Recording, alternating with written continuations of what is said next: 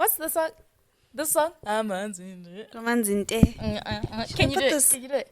Do you want the pillow? No, don't leave the pillow. Kim do it. Do I it. want to see Kim. People want to see Kim do the thing. You guys, Do I the thing, can't Kimberly. dance. Do the thing. It's giving Nelson It's giving Mandela. church. Cut the cameras. It's giving church. Yeah, it's giving You say a humble Tuesday. Humble 1 2 1 2. you have to dance at my wedding, please. I will. No, Oh, for you okay. I will. Okay. I'll pull out the moves. Okay. Got you.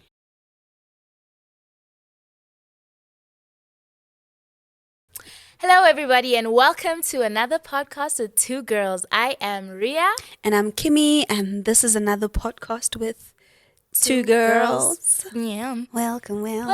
How you welcome. doing? I'm good. This just reminded me of on Sunday. Mm-hmm. We had a little catch up brunch lunch situation with a friend, and it was so cute, man, because we went into topics. Be like, Yeah. how's work? No, you were very thorough. We're so grown now. How's the work? How's life? How's love? You know. Genuinely. So on that, I just want to ask you, how are you? Can I give them a breakdown? Guys, Okay. Kimberly is so hilarious. Right? Like, she's a socialite. She says, I'm like a socialite. No, this one's the one. She comes in, mind you, she comes in late. Ish. She comes to sit down. Her guys, sorry, I'm late. Yeah, this is so nice. Can I get some water? Right. So how things going, guys? How you doing? Yeah. And then she goes to the, I'll just say her name. She goes to Mbali. She's like, Mbali, yeah. How's love? Yeah, tell me. And then now we had to move around the table. Everybody had to explain their love lives. This is Yeah. us catching up. Yeah. And then she's like, okay, how's work? We all had to. Next Good. question. How's yeah? school? How's school? Okay, you're starting. Okay, well, now you're going back. It was such a wholesome catch It up. was. Thank you for that, maestro. Really? Yeah, You're welcome. you're good at this type of thing. You're escaping the question. Oh, so yeah. How are you? I'm good. Are you good? Yeah, I am. How's I'm the good work? now. Work is okay. What do you do? Why? No, some people might not know. What if I don't want the people to know? Why would you not want the people to know? Because I don't like This people is being in my business. business. This is business. Work is okay. I'm a makeup artist, also a nail tech. I'm a beautician, basically. So work has been fine. She did that. Yeah, I do. Yeah. Like even gents, everybody that's been on this podcast so far has had some sort of riri on it. Very Beat Studio. I can't lie. Place Like to even be. Kim, because she's a designer, when I'm stressed for clothes, the baby said, let me help you. Let me help you. 3 hours, Don't she's worry. done. And Ish. we're wearing clothes, guys. Yeah. It's so nice. But yeah, I'm good. I have no complaints about life, genuinely. Yeah. There's just those 1, 2 little nyana things. But God is good. What are those 1, 2 You know the things? spiritual warfare, my dear. That's the real chat. The Ish. spiritual warfare. Yeah. But we prevail and travail. As you should. What about you? How's love? Next. I'm taking advantage of the fact that I'm doing the interviewing. No, honestly, now I'm stressed. Ish. Nothing's changed there. Nothing's by changed. Next. Next question. Next. Young Cinda le question. Yeah. Yes, angifuna ukungasho. I'm even shaking. I'm even shaking. As long as you're good. Yeah, I'm good. Is everything good? Everything is good. What about you? Itini, work. Let's start Work. there. Work is good. It's getting quite busy because, matric dances, MDC, yeah. weddings. Hey, people are getting married. We love it so We much. love it so I love much. love. Love is good. Just waiting for our friends to do the right thing. You know yourself. You know yourself. Do If the you're in a right thing. relationship, get it together. You know what the problem with our friend group is? They don't take men seriously. And it's like, how are we going to get to to the meat? Bali, we're talking to you. Joking. You don't take men seriously. Yeah. But in any case, yeah. Yeah, work's good. It's getting quite busy, like I said, because weddings and all that. So I'm just trying to, get it together, man, because I don't want to fall short. It's very easy to do so when you're like a one-man show. So I'm just trying to get my life in order because every client matters. Every client, each and every one. Even those ones. Yeah. Each and every one matters. So yeah, which it's good. School's also good. Yeah. And yeah, No life is complaints. Life is good. good. Yeah. God Why has did been you good. do that? Why are you blushing now? No, I'm blushing because of the Lord. Oh, wow. I'm We'll living talk for about the this Lord. off camera then. Of course. I'm kidding. But one thing I can say that I appreciate, I never thought this was ever going to happen. What? We actually like have girl friendships. Yeah. Like girls. Like Yeah. I'm a girl's girl. I are. never thought. Yeah. I never thought. You're the best girl's girl. It's so Yeah, cute. it's because it's from the inside. It's Yeah. real. Like it's like it's so easy to be a girl's girl now. Like obviously we've seen friendships come and go. We've started, we've broken up, but like in our circle of friends, I can honestly say there's like 10 girls now. Yeah. Like 15 probably actually. Yeah, yeah. And it's just like, what are we gonna do? Yeah, no, So you need to buy a quantum. I need to buy a quantum Yeah, for V-class. us to actually A V yes, class. a V class. Get my it bad. together. You need to get a V class. Yeah. I need to get a V class. Somebody else needs to get a V class, and then we'll be able to do the things that we want to do because that's course. how packed it is. Yeah. But also, people need to get licenses. I would never talk to you like that. Ever. Ever. I would never put you on the spot. Do you know what? I'm not even gonna feel bad. When are people getting licenses? You know, cars aren't even an issue in this day and age. It's a license Not the story. people behind the cameras also zabbing me. Where are my people when I need them? Una! Look at this disdain. I know, don't worry. It's coming. It's coming. Okay, it's fine. We've spoken about the due dates. It's okay. But you see, now for things to happen, for the girlies to travel, we need to get those No, things. don't worry. Don't worry. I got it. Yeah. But yeah, just back to your point about girl friendships and all that. It's been beautiful, like you said. And I just want to know, you said that you never thought it would happen. Why? 2 reasons. Okay. If I'm being very, very honest, at the bottom of my heart, Yeah. I used to be a man. Nika. I was a Nika. Nika. Yeah, I was a gent in a hand's body. And so it was How so? conflicting. Hey, like, I think even in my thought processes, the way I was as a person, even my male friends were afraid of me in the sense that, Ria, you are a gent. Like, you're one of the boys. you're one of the boys, for real, Genuinely. yeah. So part of that was I couldn't relate with women most of the time. So I know now on like social media, people are having conversations like girls who say they can't be friends with girls are toxic, this, that, and the third. Yeah. I understand what they mean by that. Yeah. Because they're pick-me's. Yeah. And they're genuine pick-me's. I can't be friends with girls because girls are full of drama. You are the drama, She my is sister. the drama. She really Yeah. is the drama. Yeah. There's those circumstances. And then there was me where I genuinely couldn't relate because I was constantly living in my masculine era. So therefore, chilling with gents just made the made most sense. sense. Yeah. It wasn't even like I had ulterior motives. There are quite a lot of male friends who, you know how... shame. Every single time, because of how I used to chill with gents, people would ask like, so you're sure you don't like these people? Yeah. You sure? And I'm like, no. This is strictly platonic. This is brotherhood. This is brotherhood. that guy over there? Yeah. Never. Yep. Not a chance in the world. So yeah, that impacted my female relationships as well, because now I bring you around my boys and you want to chow the boys. Ish. And this is just creating a weird You dynamic. want all of them one by one. Exactly. Why you act like that? Now you're doing the squad thing, Shh. and then you're representing me bad. Now the gents come to me to come and explain on behalf of women why my girlfriend is like doing the most like Yeah, that. yeah. So yeah, I found it very hard to like be friends with girls just because it was such a competitive environment before. Yeah. It was not genuine in the sense that yo girl, I had people trying to copy me. I had copycats, real life stealers. That's what they're trying to do. Yeah, and it's not and you flattering. remember when that happened? Yeah. I had a copycat. I don't want to say when because it's not gonna give away. It was in. I'm joking. I'm joking. Just the jokes. Just the jokes. Yeah, but this girl was literally trying to steal my life. Like, it Yeah. hit me when somebody even pointed out that our perfumes were starting to smell the same. And that was weird because she also acted like she didn't like you. Exactly. So it's like, why would you copy someone you hate? Supposedly. Exactly. I'm talking to this person. Next week, Yeah. she's talking to that person. Yeah. I leave that person alone. Next thing, she's moving to the next person I'm talking to. It became a point where I literally had cut the last guy. I cut him off and I said, listen, if I could pursue this thing, somebody's coming. They're going to come and get Yeah. me. So, yeah. I thought I was crazy all my life until he was the one who pointed it out to be like, you know what? I've actually picked up this trend. This girl's trying to steal your life. So you built that mistrust for girls. Yeah. And then it's like, you never want to be around them anymore. Yeah. Because also, mind you, it's not a thing of you don't want to. I think when the friendship is genuine and it's rooted in love, well, even it's not a, you copied me, it's a, oh, we're matching kind of situation. But the difference with that situation was that, like, it's literally. It's like Villa when I munch. It's like Villa when I munch. No. Like me. You smell like me. Yeah. We're doing the same And you don't thing. like me, by the way. You don't like me, but you want. You're with my ex, Kanjan.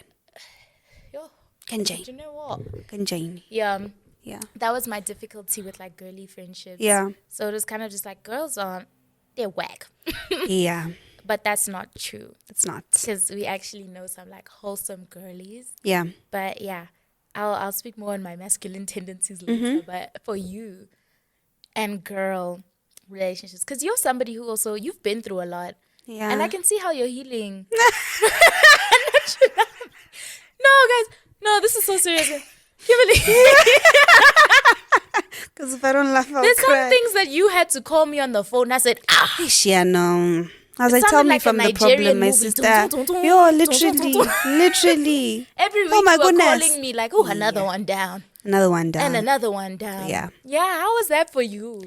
I think I made the mistake of just I didn't go on a friendship shopping spree, ne? But I was very like receptive of the same way when you're about to enter a romantic relationship, you do need to actually discern and be like, is this person for me? Yeah. Which I don't think we've done. No, I mean now we're practicing that, right? But in the past it wasn't a thing. So yeah, even with friendships, I was just like, okay, we're in the same class, sure. Okay, we met through this person, sure. Yeah. And this isn't to say that they were terrible and I was perfect. That's not the case at all. But yeah, there was just a lot of mistrust that, came to life because of the way people would move, right? I am very proud to say I've never been a weirdo when it comes to girls and, the other gender. So true. You've never. Because I just, like, it's disheartening, it's disturbing, so I wouldn't want to do it to anyone. Yeah. But I think also now I'm at the point in my life where I can look back, and I obviously don't want to speak for people, but with certain situations, because I even recently made amends with someone, right? Yeah. I didn't think that would happen. Who was it? Yeah. Oh, you texted her back? Yes. Okay, that's yes, great. Yes. Obviously, we haven't dived deep into things, but she reached out, and I think also the fact that I've witnessed God really moving in her life separately. I could kind of see that even her approach is very genuine to be like, hey, dude, listen, I feel like I messed up. I'm really sorry. And I also told her, I'm like, if I hurt you also, please accept my apologies. Because the enemy does use people, and he'll use people who are close to you, right? So I was traumatized last year. Yeah. But I think it's because I was very like receptive. And I'm sure you were even looking at me like, Kim, another friend. Kim, what's going on? But yeah, I had so many friends. And even then, I don't mean I had like 20 friends. For me, 7 or 6 is a lot. It is a lot. It is a lot, Yeah.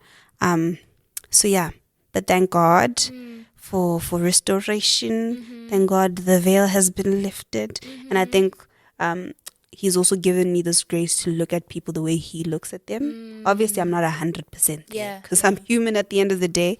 But I do still...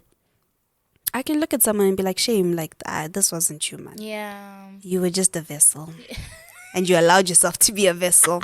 You're wrong for that. Yeah. Because girls can be toxic towards each other. Yeah. Especially if there's like underlying, whatever the case may be, insecurities, whatever it might be. So yeah, that's how it's been for me. But thank God for restoration, because the girlies now. Like. Yeah. Together forever.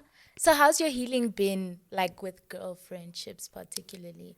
Is it like did you have to heal in the area of your boundaries to be able to have functional relationships Yes. with people? Or was it like your own things that you had to heal from? Or was it just like the season of your life? Because I feel like there's a point in my life where it felt like every relationship there was strife because God was trying to get my attention. Yeah. Which all could have happened at the same time, by the Yeah, way. yeah. But yeah, what do you think did it for you? What was the first thing you mentioned? I don't know. You just be talking. No, you No, mentioned like something. what was the healing point, the turning point? Was it in your boundaries? Was it how? I think it was definitely in my boundaries because every time I felt, hurt or I was put in a position where I'm like, okay, this shouldn't have happened, I can look back and be like, okay, but you allowed this in a way, because that innocence that a child has coming into a situation to be like, surely nothing. Naivete. Yeah, literally. So my boundaries, I think are more in place now. Yeah. And healing also because I used to hold a grudge. Really? Yeah. Oh, not you doing that with your eyes. No, literally. I was a grudge holder. Really? Yeah, and I'm still working on it because I tend to remember, Mm-hmm. right? I was one of those, I forgive you, but I'll never forget. But that does nothing for you because you then become bitter. And that's why we're urged to forgive people, not just for them, but mainly for yourself, because that bitterness can even manifest into physical sickness. True. Now your body is aching because you're still holding on to, things from way back when. So I think I've enforced boundaries and I've become more mindful. And I think I've also done some introspection to like, okay, maybe this isn't me gaslighting myself, but maybe I did something to trigger this behavior in this person. So not like in a gaslighty way to be no, taking on the burden, just self-introspection. Yeah. I get that. Yeah. And for you? For me, that was perfect. No. If anybody had a problem, it was them. It was them. It wasn't me. Yeah.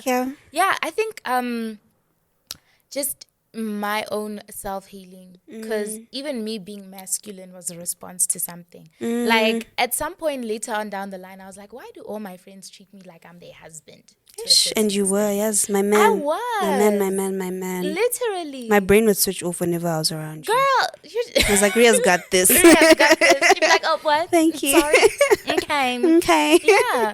But I think even for you guys, it was a natural response to how I was. And I took a lot of like masculine roles in everything that I did. Yeah. Not to say that femininity means you discard your mind or anything like that. Of course. But I was just such a boot, man. Like, at Groove, you guys would call me the mother. But at least you call me the mother. But like in real life, I was there being like, no, you get off the Daddy. table. No, come here. Yeah. No, you do this in a very controlling manner. Yeah. And I also used to have like mad controlling issues. So it was like, friendship-wise, especially with the girlies, I got tired of being these people's husbands. Yeah. I got tired of just feeling like I always had to be the one to figure things out. So, but like I said in a previous episode when we was discussing our friendship, that God removed me from every single relationship, every single one, and then healed me from things that weren't even relationship related. And because He healed me in those areas, I was able to maintain relationships with even girls, especially. Because like I said, I became a man. I used to think like a man. Like there was a time, man. The person that I was with at the time sent me a picture. It was like a tweet. And they were essentially like, it was like a picture of a person. And then they would be colored at different parts of their body, blue and pink, to represent, okay, this is the feminine side of them. This is the masculine side of them. He sent me a picture out of this is you. It was a gent up the head and then a woman's body. I said, man. But it was true. That's when you realize that, I was playing those guys, man. I was praying. You could just hear in my thought process and how I handle things. Where people were just like, Rhea, you're a man and this is not okay. It's not okay. I used to take it like I was proud of it at first. And I was just like, no. I want to be a girl. So I have a question. Would you say that walking with Christ has allowed you or has pushed you to be more feminine, to act like the princess that you are? Because even our friend Josh would always like laugh at us and be like, like at shoots and stuff. He's like, what's wrong with you guys? Why are you carrying stuff? Like, relax. There's men here. You're busy. You're struggling. In fact, we're not even struggling because we've mastered the strength to just get things done. So would you say that you've stepped into your femininity, or is it a journey? Are you still going? Oh no, I'm a girl's girl now. Really? Yeah, I'm a girl's girl and I'm girly, which I like. I'm feminine more than anything. Yeah. And I think that came from, I remember the one time I prayed, I was just like, okay, God, you teach me how to be a woman, because I don't know. I don't know what I'm doing. Yeah. Just because I'm in a girl's body doesn't mean automatically I know what it's like to be a woman. Yeah. And obviously now we're going through scriptures like Proverbs 31, and it's just like, clearly you have a way of how women are supposed to be. Yeah. And because of the way the Bible's written, I wasn't at the time understanding women's value in society. I wasn't necessarily understanding how God views women. Yeah. So other than obviously the obvious books like Ruth, Esther, this, that, and the third, I was struggling to see women. Yeah. And to see how they were embodied. Yeah. So, I was like, Jesus, just teach me how to be a woman. And this is when he showed me the craziest revelation of him ever. In my head, low-key, because like God is spirit, he's everything. Right? Yeah. I thought he would come to me as a hun. I don't know. I thought he would come to me as a woman to teach me how to be a woman. But he came to me as he is, which is like... Your father? He's my father, my brother, my cousin. He was so masculine in how he treated me that I just became feminine. Then I realized femininity is a byproduct of masculinity in the area. Yes. So have you noticed whenever like we're with the gents or whatever, these guys are rooted in Christ. They're providers, they're protectors. They step into their role to a point where as girls, we kind of just sit back. Just like, life is good. Yeah, we relax. Like, they handle business. Yeah. So it's easier for women to be that way when men are being men, when there's clear things going on. Yeah. But back then, it was tough just because even the men I was around weren't being men. The friends that I had to some extent were also feminine. It's the sassy men. Sassy Man Apocalypse. So now when you're with the sassy men, you end up becoming more masculine in some shape. You end fill the gap. Fill the gap. So he healed me in the place of... being the man that I wanted around. He was my father. Yeah. He was my... I don't want to make this sound weird, but then at some point I was also like, okay, well, Jesus, I don't want to date before I've dated you. I want to see how courtship is supposed to take place. Yeah. So, would you please be my man? Would you be my Valentine? Yeah, will you be my Valentine? And he's even healed me in that regard. Yeah. Yeah. So... Sure. Yeah, it's a holistic healing thing. You can only be feminine once you've healed. Because now, living as a girl is tough. It is. You're fighting for your life every time you leave the house. And I used to live under this constant fear of being attacked or even just pursued in a violent way or whatever. So I used to try and be my protector. And I also used to try and be my own provider. And then I also used to try and be all these things. Yeah. And I naturally was taking on masculine roles by virtue of doing that. So when you don't heal, you become a man. Sure. As a girl. As a girl, yeah. You don't trust anybody to love you. It's so sad. Oh my gosh. But yeah. So would you say that not addressing, say for example, abandonment issues with God then manifests into you making the wrong decisions, etc.? 100%. Okay. 100%. I actually found an article. Because remember when Jakuja? Do you remember? The real ones know Jakuja. See. And I feel like, sorry to interrupt you. No, go ahead. But there's things that she says that I'm like, I agree with you. But it's not what you say, it's how you say it to my sister. You are so wrong for your approach. Yes. But she has fair points sometimes. She does have fair points. But Jakuja, this one time when it was like the ceiling challenge, right? That video where people were putting their phone in the ceiling and then they turned it into like a whole twerking situation. Yeah. She was just like, you guys are acting fatherless. Yeah. And I was like, no. Okay. I received her message because I'm not a person who gets easily offended. But everybody in the comment section everywhere was kind of just like, was this the loving way to tell her? Yeah, it defeats the purpose. Exactly. Yeah. So I went into it because I remember there was a time in my life where even after Christ, I was acting fatherless. I was acting like I didn't have a home. Sure. It was at a time where I was enduring spiritual warfare, right? And what had happened was I was fighting the battle, but at some point I started fighting from my own strength and then saying, God, you see, I'm working for you. Yeah. Man. And then I got tired. But because I developed this perception of God is the guy who sends me into war, I didn't see him as my father where I can come back home. Sure. So then you know that scripture where it's like, come to me all who are weary, who are tired, are you burnt out on religion? Come to me. Yeah. I just couldn't fathom resting in God's presence when I thought he's the one who sent me out there in the first place, you know? So yeah, there was a week of that. And like I said, I have a 7-day turnaround for for any confusion that I have. And I go back to pray and be like, I'm so sorry. I'm so sorry, Lord. I kicked myself out the house. You never kicked me out once. Yeah. I could have come to you, but I didn't see you that way, and that was my own fault. I didn't have the revelation of you as my father. So now I'm looking into fatherless behavior. And there's this article that I read, which is so fascinating about fatherless behavior. Yeah. I don't want to go into too many points, but it speaks about like even just promiscuity. It speaks about how people go into drug use, alcohol, and stuff like that. It goes into physical and emotional health. I really don't want to read the whole thing because then we're all gonna like be finished from boredom. Yeah. But there were a lot of behavioral things that they mentioned here where I was just like, but this is the everyday South Africans kind of life. Yeah. But it saddened me more because I realized this is Christians. Christians without the revelation of their father look like the world. Sure. In the way that they behave. Like an example is your actions with alcohol and drugs and stuff like that. Yeah.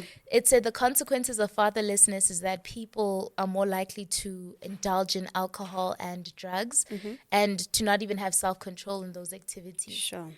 And then it says something about people who are fatherless don't have a good perception, self-perception. And so they react in particular ways. They struggle in circumstances where things change. They're not as easily adaptable as people who grew up with their fathers. Sure.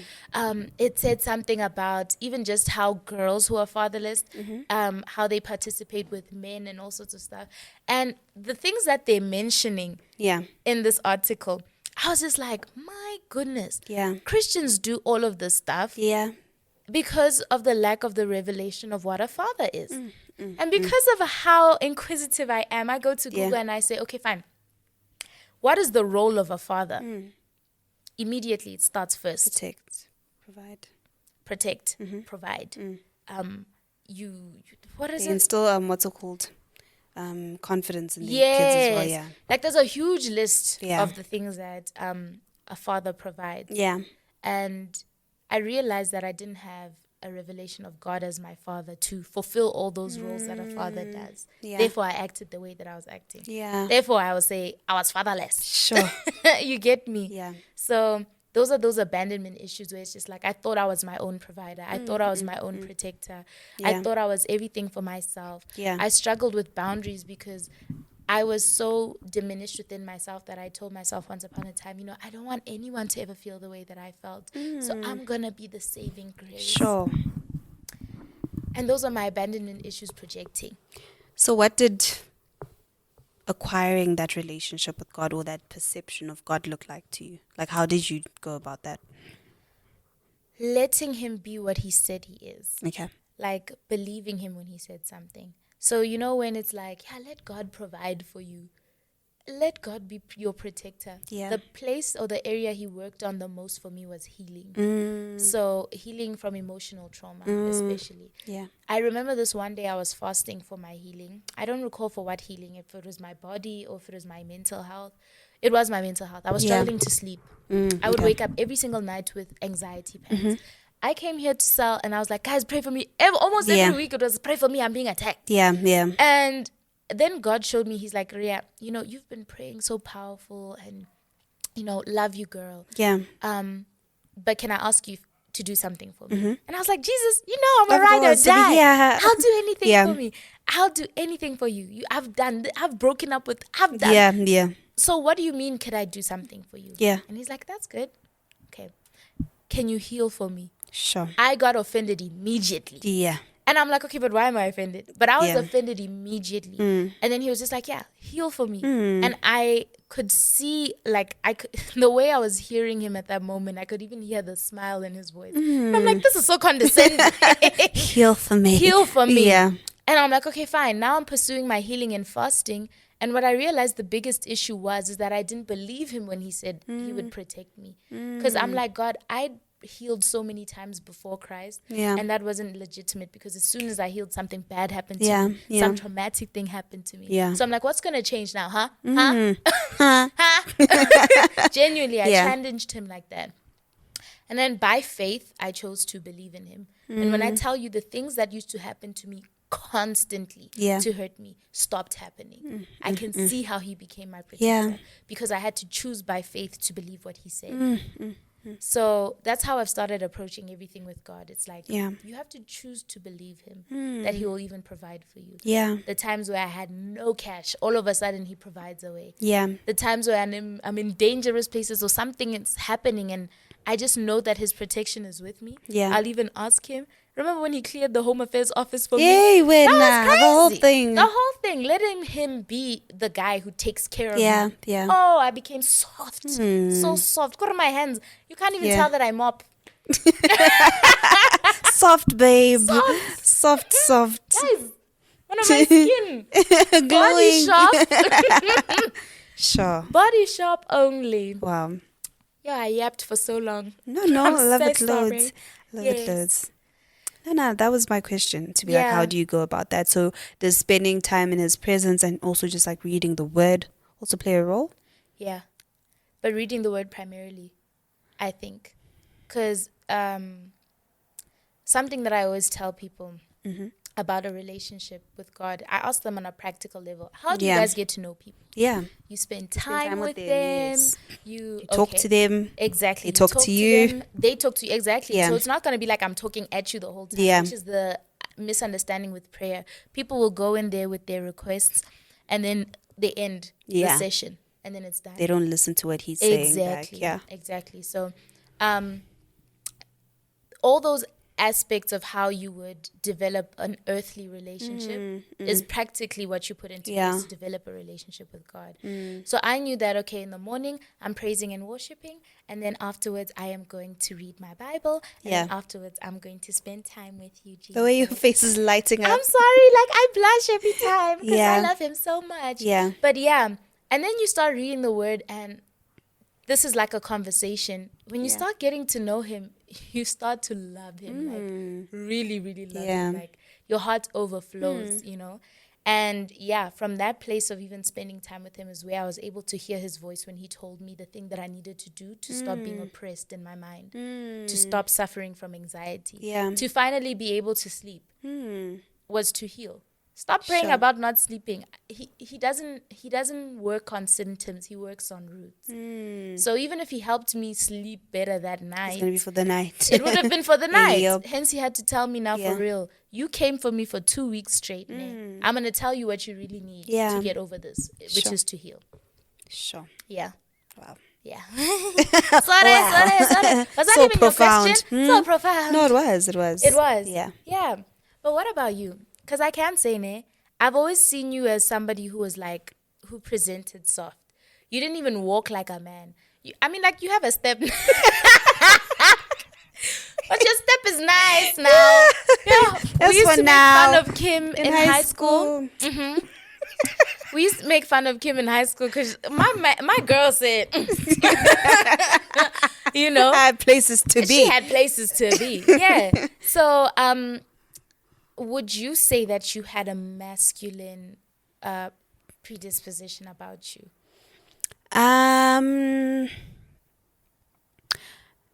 Yes and no, because like thankfully my dad did like sort of instill some sort of faith in me to be like, okay, if I say I'm going to do this, I will do it for you. So that does play a huge role. But I think, like you said, when you experience the Sassy Man Apocalypse, it takes one experience to be like, you know, or even just inconsistency. So one moment you're an alpha male, the next It's like, what are we doing? Where are we? So when situations like that happen, then I'd sort of like have to, you know, puff up my chest, or felt like I needed to puff up my chest. But in general, no. I think I've always assumed the position of the baby girl, because I don't want problems. I'm not a man. I'll never be a man. I wasn't made to be a man. Yeah. But yeah, like I said, in certain situations, it was like a reactive thing to be like, okay, if you're not gonna do this, then I have to do it myself. Step aside, I'll do it. Because it needs to be done. Yes. But with pursuing God comes unlearning certain things, because I'd hate for my husband one day to feel like I don't trust him. Exactly. I'm undermining him. Exactly. So yeah. Oh my. Yeah. Yeah. Because I was going to ask when you're like, not really. I was like, but in relationships, did you never feel the need to step up? Yeah, because I think there's one relationship that I count. Sorry. Let me not put it that way, but just one. Yeah. Right? And in that one, like Where I you said, were it was the provider, inconsistency. protector. There was inconsistency. Because one Yes. moment he's up, the next I'm up. And I think people, let me not even say people. Okay, yeah, people, because both genders do struggle with this. There's no guarantee that your husband is going to always be doing better than you financially, for example, in the relationship or in the marriage. But that doesn't mean that if you are making more money that you're now the man, or you're meant to treat him like he's your wife, So I think Mr. Chibu. I'm the man. I'm the man. So I think with pursuing God comes a lot of wisdom, I'd say, and just respect. Because the Bible does say, men love your wives as Christ loves the church, and women respect your husband. So, yeah, I think, like I said, I'm doing a lot of unlearning, because I did find myself in situations where I'm like, I'll do it myself. I'll do it, And it is unfortunate that, I don't know if it's this generation that acts that way. I think it is. But thank God for the restoration in our faith. Yeah, like women are so masculine these days. So and obviously it's not their fault. Exactly, right? It isn't, but also it is your choice to like stay in that masculinity. True. So yeah, this generation does tend to, I'm talking about the boys, if they see that this girl wants to take care of things or can pay for the bill, they'll be like, okay, let me sit back, fold my hands, So both genders have been guilty of contributing to this misalignment, because I shame, we're in shambles, guys, but it's fine. God is working. Yeah. It is what it is. But to wrap up the episode, right? I have like a concept we've been thinking about called fire opinions. Fire opinions. Shh, don't cancel us. Don't cancel us. So your kingdom perspective on a topic. Okay. Right? Maybe one episode will What is a kingdom perspective? So, I'll explain that now.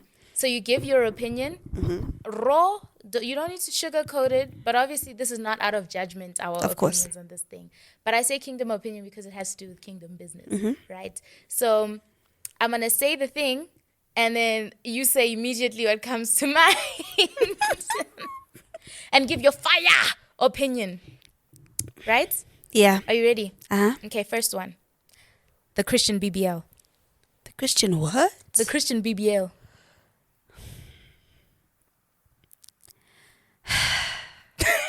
Can I give context? Yes. There's a YouTuber. I know we're late, guys. Forgive us. To mention we just arrived, but yeah. Her name is Sophiology, and she is. I actually used to watch her vlogs quite a bit. I didn't stop for like any particular reason. I just fell off YouTube really, or like vlogs and stuff.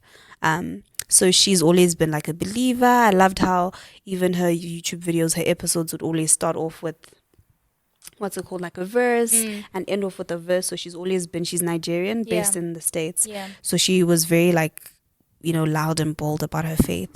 But recently, I don't know how long ago it was, but it was probably 2-3 months ago. Yeah, she got a BBL, so she had the Brazilian butt lift procedure done, and she presented it as a Christian BBL. And people said, What? what do you mean by that? What do you mean by that? Yeah. For me, when I saw it, I was disappointed because, like I said, I did like hold it to a certain regard.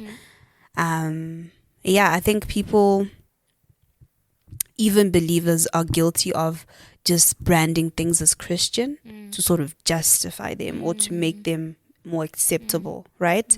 When really that's very offensive. Like, don't do that. I'm sure God doesn't hate you for getting the BBL, but don't say it's a Christian BBL. You know, I will say I feel like she was baiting people because I did the research to be like, what? Why is she calling this a Christian BBL? She never mentioned it. Really? So I think she just genuinely did that and then got all the judgmental Christians out so that she could be like, yeah, and I knew you judgmental Christians would come out. But she said in her video where she was just like, I don't, I know how people feel about people changing their bodies, but I did it. We're not perfect at the end of the day. Let he who cast the first stone. So it's like every time people do something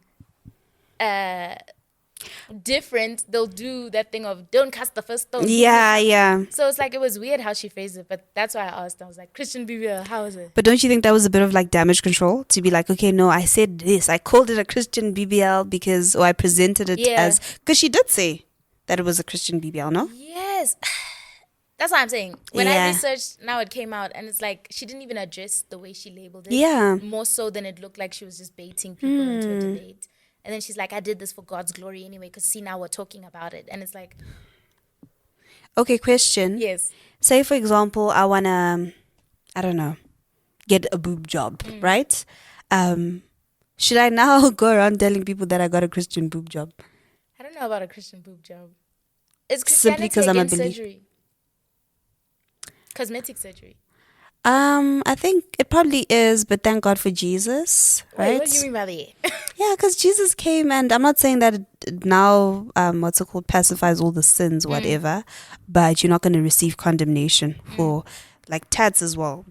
I think the Bible speaks against tattoos, but we don't look at people with tattoos and say, you're going to hell, because you're not, if you're saved. Yeah. No?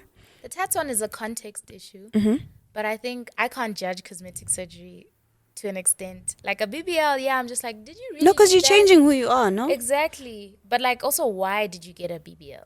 Yeah. The question that I'm going to ask. Yeah. The reason I say I'm not like so strict about it is because, say for example, now we're older. We done had 4 kids. 7. Everything's toe up now. Yeah, you just want to tuck. Will I be above a mommy tuck? Yeah. Will I?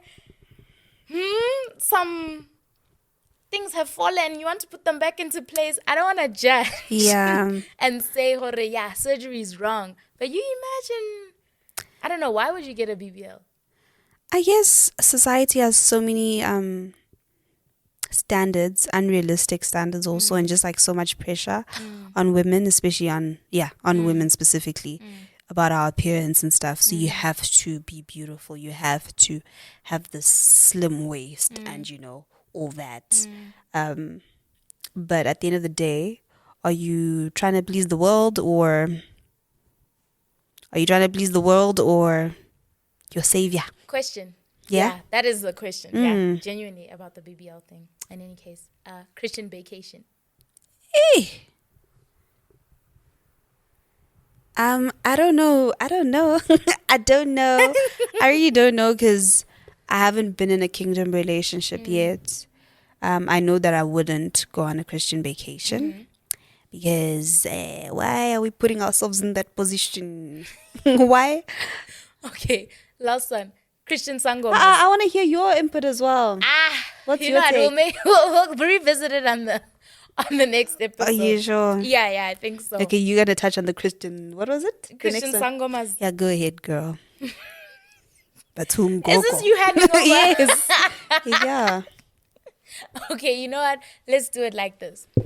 I want to know what you guys think about this. Christian BBL, Christian Sangoma, Christian vacation. Please don't make it like a judgmental. And gospel at Groove.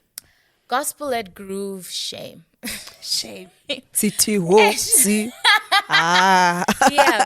I want to know what you guys think about those things. And you'll see us in the next episode. We're going to discuss it on the next episode. But yeah, it's been great. It's been a vibe to chat with you guys. And are you going to wrap up for us? Or should I wrap up? You can wrap up. I can wrap up? Yep. Thank you for joining us on another podcast with two girls. I am Ria. And I'm Kimmy. And this is another podcast with two girls. Yeah. See you next episode, Saturday, 9 a.m. CAT on YouTube and Spotify. Bye. Bye. Yeah, Bye. Yeah. Yes. Yeah.